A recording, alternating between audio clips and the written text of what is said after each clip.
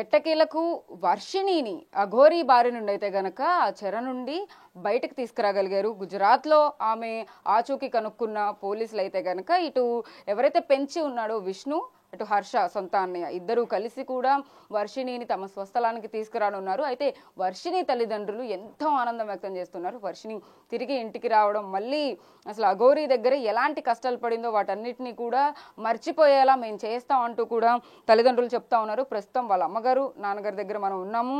వర్షిణి రాబోతోంది. ముందు వీడియోలు అన్నీ కూడా మనం చాలా కవర్ చేస్తాం. వర్షిణి విషయంలో అఘోరీ దగ్గరికి వెళ్ళిపోయినప్పుడు అప్పుడు చాలా అంటే చాలా బాధపడ్డారు. వాళ్ళ నాన్నగారు చిన్నప్పటి నుంచి పెంచిన పిల్ల ఒకేసారిగా అలా అఘోరీ దగ్గరికి వెళ్ళిపోయి కంప్లీట్గా పేరెంట్స్ని మర్చిపోవడం, పేరెంట్స్ దగ్గరికి వెళ్ళను అని చెప్పడం, ఇవన్నీ కూడా ఏ స్టేట్మెంట్స్ అయితే ఇస్తుందో ఇప్పటికి కూడా తను రాను అని చెప్తున్నప్పటికీ కూడా వాళ్ళు ఆమె వస్తున్నందుకు ఆనందపడుతున్నారు. అసలు వాళ్ళని అడుగుదాము. అమ్మ, ఇప్పుడు వర్షిణి ఇంటికి వచ్చేస్తోంది, కానీ వస్తున్నందుకు తన సముఖతం చూపించట్లేదు. నేను ఇంటికి వెళ్ళను, నన్ను ఇంటికి తీసుకెళ్ళొద్దు, నేను అఘోరీ అమ్మ దగ్గరికి వెళ్ళిపోతా అంటుంది. మీరేమంటారు? ఆ విషయంలో మేము చాలా బాధపడుతున్నామండి. ఆమె మందుల ప్రభావంతో అలా మాట్లాడుతుంది, వశీకరణ ప్రభావంతో అలా మాట్లాడుతుంది. మేము స్టేట్మెంట్ చేయించుకుంటాము, ఆల్రెడీ మనుషులు మాట్లాడాము, మరుగు మందు కక్కించుకుంటాము. వశీకరణకి విష్ణుమాయ టెంపుల్లో కేరళ తీసుకెళ్తున్నాం పాపని. ఓకే, అయితే విష్ణు కూడా తను అనేక సార్లు కొట్టాడు, తన పీరియడ్స్ టైంలో కూడా పొట్టమెత్తి అన్నాడు అని చెప్పేసి చాలా బాధపడుతూ చెప్తుంది. అది నిజమేనా? మీతో ఎప్పుడైనా చెప్పిందా కొట్టిన సంగతి? కానీ మీకేమైనా తెలుసా? అసలు కాదండి. ఈ అఘోరీ ఇక్కడ టోల్గేట్ దగ్గరికి 11, 10:30 టైంలో వస్తే పాప రెడీ అయ్యి ఆ టైంలో అర్ధరాత్రి ఒకటే ర్యాపిడో బుక్ చేసుకుని వెళ్ళటం జరిగింది. నేను అసలు ఇష్టపడలేదు. అమ్మ, ఎన్ని జరుగుతున్నాయి అరాచకాలు, ఆడపిల్లల్ని ఒక్కదాన్ని వెళ్తాం ఏంటి, మధ్యలో ఎవరైనా ఏమన్నా చేస్తే నువ్వేం చేస్తావు అని నేను అరిచాను. విష్ణు అరిచాడు. ఆ టైంలో 2 దెబ్బలు వేసానని మాకు చెప్పాడు. కొట్టయ్యా, భయం ఉండాలి, అట్లా ఒక్కటే వెళ్ళకూడదు, అసలు ఆమె దగ్గరికి వెళ్ళటం ఏంటి, అఘోరీ దగ్గరికి వెళ్ళటం ఏంటి మేము అరిచామని ఆ టైంలో కొట్టాడని చెప్పాడండి మాకు. కొట్టడం అంటే ఆ అమ్మాయి చెప్తున్నట్టుగా కడుపులో తన్నడం అలాంటివి ఏమైనా చేసి అట్లా ఏమి చేయలేదండి. ఆ పిల్ల అబద్ధం చెబుతుందండి. అట్లా అసలు ఎప్పుడు జరగాలి. ఆ పిల్ల సేఫ్టీ కోసమే అది పైన ఒక దెబ్బ వేస్తాడు, వేసినా కొట్టినా మాకు ఎప్పటికెప్పుడు ఇన్ఫర్మేషన్ ఇస్తాడు. పిల్లని చాలా బాగా చూసుకుంటాడు. దాదాపు 20 రోజులు అఘోరీ దగ్గర ఉంది ఇప్పుడు మీ అమ్మాయి. ఇప్పుడు బయటకు వచ్చేస్తుంది. 20 రోజుల పాటు ఎలాంటి అంటే ట్రీట్మెంట్ ఉండేది ఏంటి అనేది మీకు ఏమైనా చెప్పడం జరిగిందా? మాట్లాడారా? ఫోన్ చేసి ఏమన్నా వర్షిణితో? ఆల్రెడీ ఫోన్ చేసి నాకు బాగలేదమ్మా, కళ్ళు తిరుగుతున్నాయి అంటే, అమ్మ నేను వస్తానన్న పిల్ల, అమ్మ మళ్ళీ నేను ఎక్కడో దూరం నుండి 4-5 రోజుల్లో వస్తానందండి. వస్తానంటే మళ్ళా నేను హైదరాబాదు ఎక్కడికి అంటే ఎన్ని రోజుల క్రితం మాట్లాడారు? 4-5 రోజుల క్రితం. హైదరాబాద్ కాదు, నిన్న పట్టుకున్న తర్వాత పట్టుకున్న తర్వాత మేము పాపతో మాట్లాడే ప్రయత్నం చేశారా? ఇష్టపడిందా మీతో మాట్లాడడానికి? చేయలేదండి. ఎప్పుడు అమ్మ అమ్మ అడిగే పిల్ల అమ్మ అని అడగలేదని ఫోను చెల్లికి ఇమ్మంటానికి కూడా నాకు ఆ పిల్ల తెలుసుకునేది మందుల ప్రభావంలో ఉందని నేను కూడా అడగలేదు. ఆ పిల్ల వస్తే మట్టుకి మేము సక్రంగా చూసుకుంటాం, మరుగు మందు విడిపిస్తాము, చేయాల్సిన స్టేట్మెంట్ అంతా చేపిస్తాము. ఆ పిల్లలు మేము బాగా చూసుకుంటాము.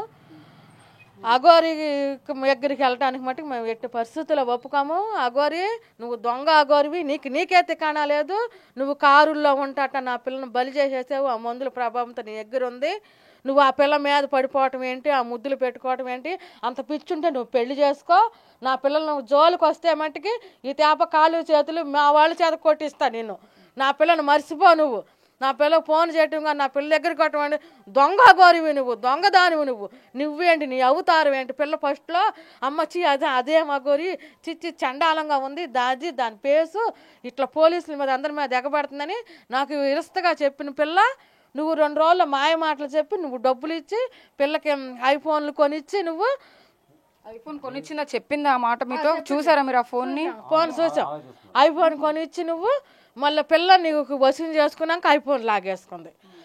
గోల్డ్ చైన్ కూడా అఘోరీ కొనిచ్చింది. ఆ గోల్డ్ చైన్ విష్ణు, హర్ష తీసుకుని అమ్మేశారు అని చెప్పేసి వర్షిణి అంటూ. అమ్మలేదు గోల్డ్ చైన్, ఆ పిల్ల పడేసిందంట, పడైతే తీసి దాశారు. గోల్డ్ చైన్ ఇచ్చింది, అవన్నీ ఇచ్చి ఆశ పెట్టి వశీకరణ చేసి మరుగు మందు పెట్టింది. ఆ మందుల ప్రభావంతో మా మీద ఇష్టం లేనట్టు మాట్లాడుతుంది. మేము లేకపోతే ఒక్క నిమిషం ఉండదు ఆ పిల్ల. కంపల్సరిగా మేము పిల్లని చూపించుకుంటాము, మా పిల్లలు మా దగ్గర ఉంచుకుంటాము. అఘోరీ దగ్గరికి ఎట్టి పరిస్థితుల్లో మేము పంపించము. పోలీసుల సపోర్ట్ ఎంతవరకు ఉంది? వాళ్ళు ఏమంటున్నారు? ఇకపై అసలు ఆమె వెళ్ళిపోవడానికి ప్రయత్నించినా కూడా ఎలాంటి యాక్షన్ తీసుకోబోతున్నారు? పోలీసులు చాలా ధన్యవాదాలండి. మంగళగిరి సిఐ గారికి, పోలీసులకి, మీడియాకి అందరూ సహకరించారు. తెలుగు ప్రజలు ఎవరు హర్షించలేదు. అఘోరి ఎక్కడ కనపడినా రాళ్ళు పెట్టి కొట్టడానికి సిద్ధమయ్యారు. మాకు సపోర్ట్ చేసినందుకు, ఇలాంటి పరిస్థితి ఏ తల్లిదండ్రులకు రాకూడదని నేను కోరుకుంటున్నాను.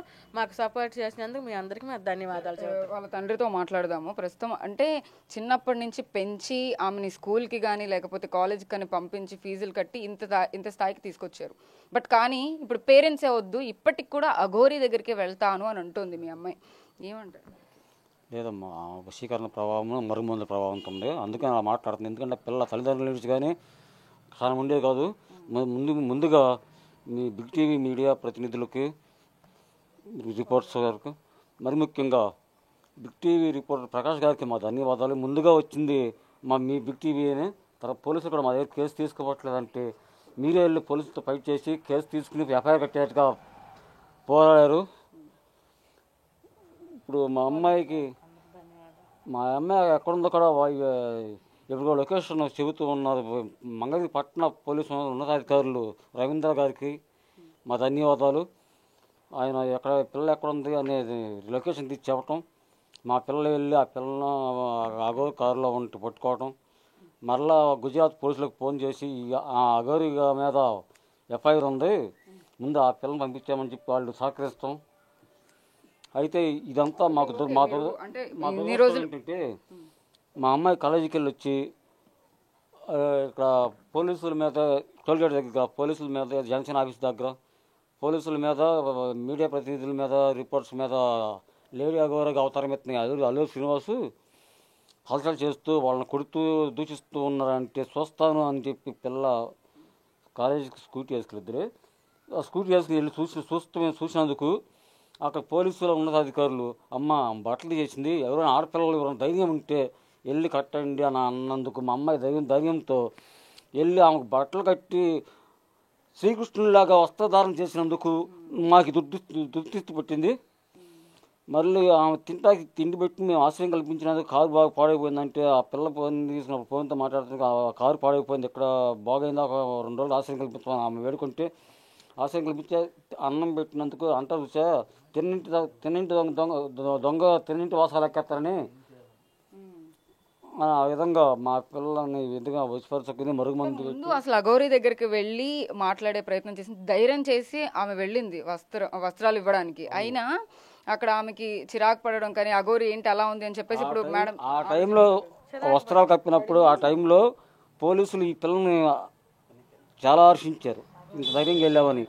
అఘోరి అవతారం చూసి అసలు ఆ టైంలో మాత్రం అఘోరి అవతారం చూసి అబౌట్ డాడీ అసలు అఘోరి అంటే రాజేష్ నాథ్ గారు అసలుకి ఏమి చాలా తేడా ఉంది, అసలు ఈయన దగ్గర కనీసం చెప్పిందండి, చాలా తేడా ఉంది, ఈమె అసలు అఘోరి కాదు, అసలు మరి బట్టలు లేకోకుండా ఇసిరేసేసి బట్టలు పోలీసుల మీదకి వాళ్ళ మీద జనం మీదకి వెళ్తుంది అని. నిజమైన అఘోరి కాదు, నిజమైన అఘోరి ఎట్లవుతారమ్మా, అల్లూరి శ్రీనివాసు అరియాస్ లేడీ గారు చలామణి అవుతూ 2 రాష్ట్రాల ప్రజలను గడగడించిన ఈ అఘోరి దయచేసి మా అమ్మాయి ఒకటే కాదు, ఆమె దగ్గర బందీగా ఉంది, నా పిల్ల వయసు గల పిల్లలు ఇంకా 5 ఆడపిల్లలు ఉన్నారంట, పెళ్ళైన ఆడవాళ్ళు ఇంకా 5 ఉన్నారు, మొత్తం ఇంకా 10 మంది ఆమె దగ్గర బందీకాలంలో ఉన్నారు. అదేవిధంగా మా బిడ్డను అప్పచెప్పినట్టు మా బిడ్డకు వెళ్తే మేమంతా శోకించాము, అదేవిధంగా ఆ పిల్లల తల్లిదండ్రులకు శోకించుకోకుండా ఆ పిల్లలు కూడా అప్పచెప్తే బాగుండుద్ది. అయితే మొత్తానికి వర్షిని అప్పుడు ఒక అవగాహన ఏమైనా ఉందా అసలు అఘోరాలంటే ఎలా ఉంటారు ఏంటి ఆ దీక్ష తీసుకున్నప్పుడు? కానీ ఆ తర్వాత మళ్ళీ ఇప్పుడు అఘోరి శ్రీనివాస్ అఘోరి నన్ను బాగు చేసిన అఘోరి అమ్మ. నాకు బ్రెయిన్ స్ట్రోక్ పెరాలసిస్ స్ట్రోక్లు వస్తే దానిలో నన్ను రాజేష్ నాథ్ అఘోరి అని చెప్పి ఆయన గారు బాగు చేశారు. ఆయన కొన్ని లేహాలతో వాటిల్లో ఆయన శక్తులతో నన్ను బాగు చేసి నాకు పునర్జన్మ ప్రసాదించింది తండ్రి ఆయన. ఆ టైంలో అసలు మేము పంపిస్తాం, మేము ఎంతమంది పంపుతామా, అసలు పేక్ అఘోరి అసలు ఎట్లా పంపిస్తాము?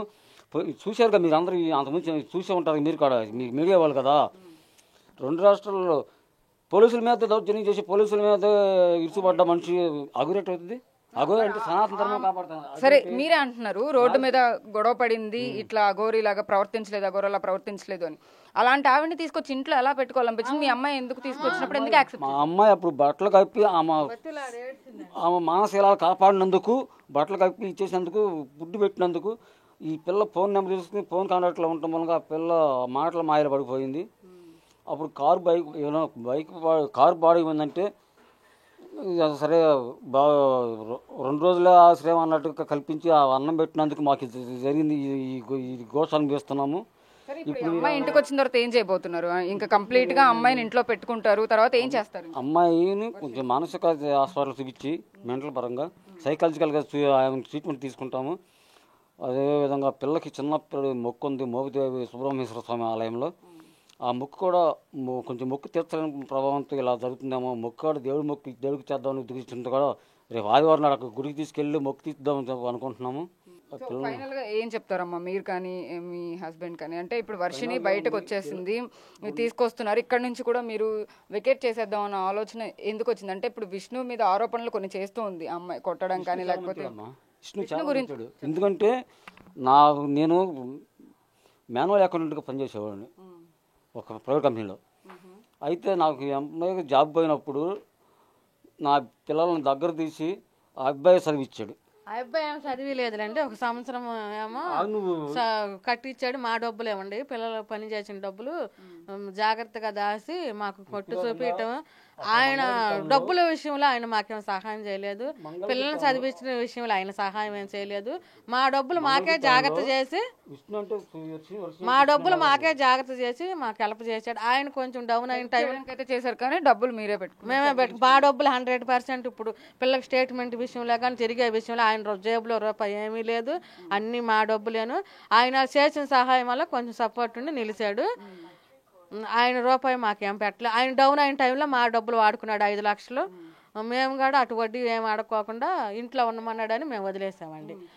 అఘోరి కూడా ఫేస్బుక్ లో లైవ్ పెడుతూ అటు వర్షిని చూపించి వర్షిని కొట్టుకుంటూ విష్ణును హర్ష తీసుకెళ్తున్నారు, పోలీసులు హ్యాండ్ ఓవర్ చేసుకున్నారు, ఇంకా నేను వర్షిని గురించి పట్టించుకున్నాను అఘోరి లైవ్ లో చెప్పిన ఇది ఉంది. వీడియో చూసారా మీరు? అదే చూసామండి. ఆ పిల్ల మందుల ప్రభావంతో అలా మాట్లాడుతుందని నేను కొట్టమన్నాను, కొట్టుకుంటూ తీసుకురామని మేము చెప్పాము. అట్లానే ఎక్కువ కొట్టొద్దు, భయపెట్టండి, కొంచెం 2 దెబ్బలు వేయండి. కొట్టుకుంటూ అంటే కొంచెం భయపెట్టి కొట్టుకుని తీసుకురమ్మన్నాం. అన్నలకి వాళ్ళందరికీ హక్కు ఉంది, కుట్టే హక్కు.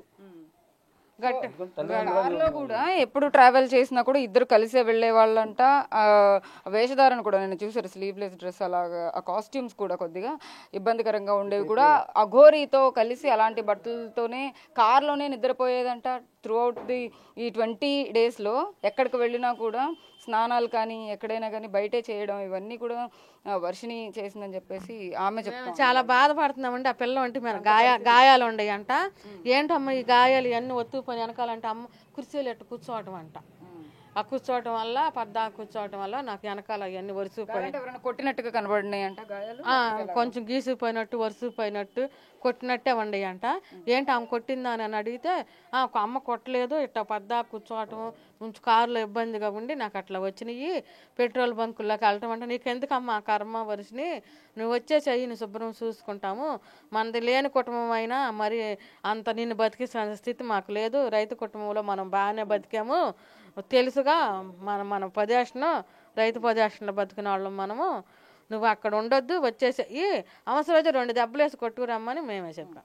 సో అయితే వర్షిని వచ్చిన తర్వాత ఇంకా మళ్ళీ అఘోరి ఏమైనా ప్రయత్నిస్తే ఏం చేస్తారు అఘోరి తీసుకెళ్ళిపోవడానికి? ఈ తేప ఏమన్నా ప్రయత్నిస్తే మట్టుకి అఘోరికి ఫుల్గా కోటింగ్ ఉండిద్దండి.